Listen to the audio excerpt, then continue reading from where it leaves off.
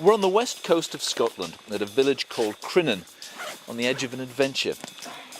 More than 70 years ago, two young sea canoeists passed through here as they attempted to kayak from Glasgow to Skye. Their names were Alistair Dunnett and Seamus Adam, and the story that they wrote about paddling their flimsy kayaks through challenging waters has become a classic of Scottish adventure writing. Have I ever done anything as difficult as this before? No, actually no. I don't think so. You see, I don't know. I don't know what it's going to be like. If it's going everywhere like crazy, no, absolutely not. I've not been through this stretch of water. I've been through many other bits like it in Scotland and also abroad, but it's a challenge. It's a small test piece for Simon today to get through it. Callan MacLeod is an extremely experienced paddler, while I'm, well, at the start of the sport. We're about to tackle some sections of the amazing journey undertaken by Alistair Dunnett and Seamus Adam back in 1934. We can't take on the whole trip, but even so, certain parts may test me to my limit. I'm actually a mix of being quite apprehensive about this and also very excited because this is something I've wanted to do for a long time. Because it's the start of the Canoe Boys story. Although they started on the Clyde, this is where they really hit the west coast.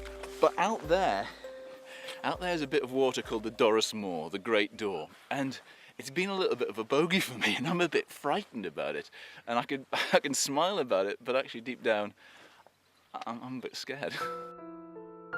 After their trip, Dunnett wrote a book about it called The Canoe Boys. This year it's been updated by Alistair's son, Ninian. There's no question it's a wonderful story, and it's got character and danger and friendship and triumph over adversity, but there's also an aspect of it that makes you sit back and think, man, my dad was nuts. The essential point is that they were complete novices. They had, I guess, one trip, a brief trip on the Forth and Clyde Canal to work out how the canoes worked, and then they were off into the Atlantic. Their equipment, the clothing, they seem to wear canvas jackets and singlets and stuff.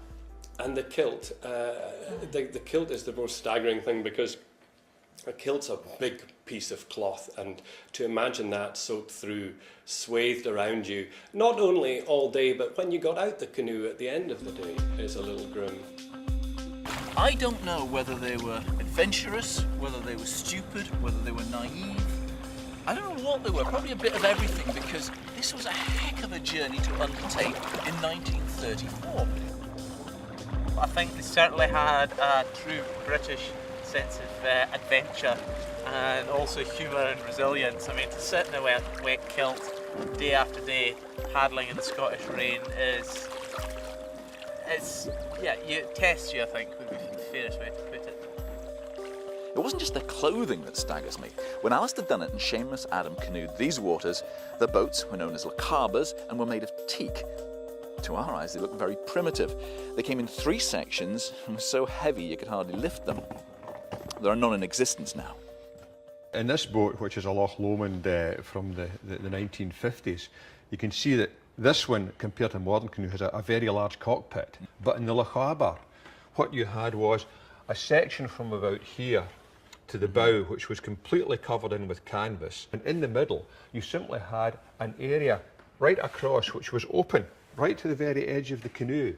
They attached canvas around the edge, and they used that canvas to gather in round where they sat.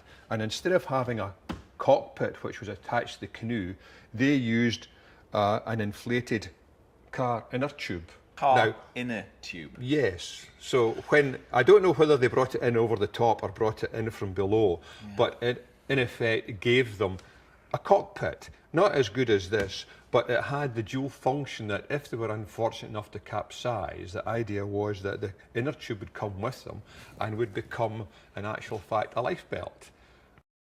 11. Yeah. Or 2. And we can get our Alright, we've got 2 hours for that. What our plan for today is to head in a sort of northwesterly direction out into an area known as the Doris Moor. There's an island and then the mainland, and there's a heck of a lot of water. It's got to get through it. It's like when you squeeze your thumb on a garden hose. the result is at the other side of the squeeze the water goes rather fast. Onwards and approaching was a low wall of water higher than the level we were on, where the two irregular tide forces were heaving up the sea between them. The wall seemed to dart and strike us, although it was we who rushed on it.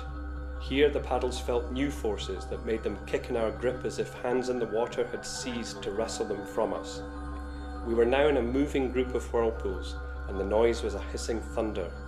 On the other side of our hulls of cloth and slats, the sea gathered below our thighs like a horse bunching for the gallop.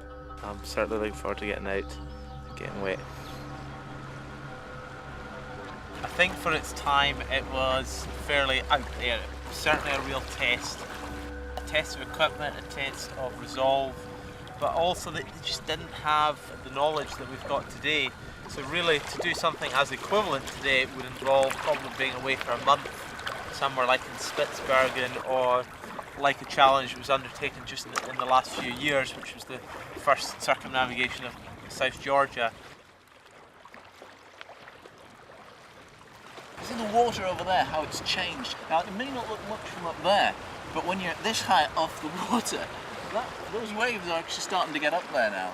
And for me, going through there, that's going to get my adrenaline going. So it's quite a noise. It's like horses are just stampeding around us with little haystacks of waves crashing and licking and splashing. The sea always will throw a challenge down and you're not quite sure what's round the corner. You can't leave a track on the sea.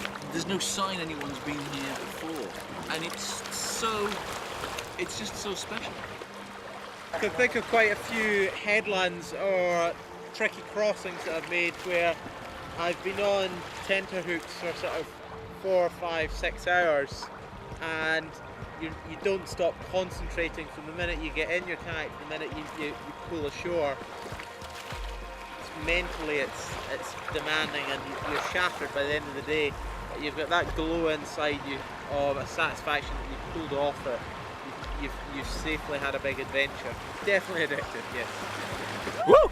And that was just the start. Like the original Canoe Boys, we went on to explore the west coast by kayak. And you can hear the rest of our adventure on Radio Scotland starting Wednesday the 14th of November.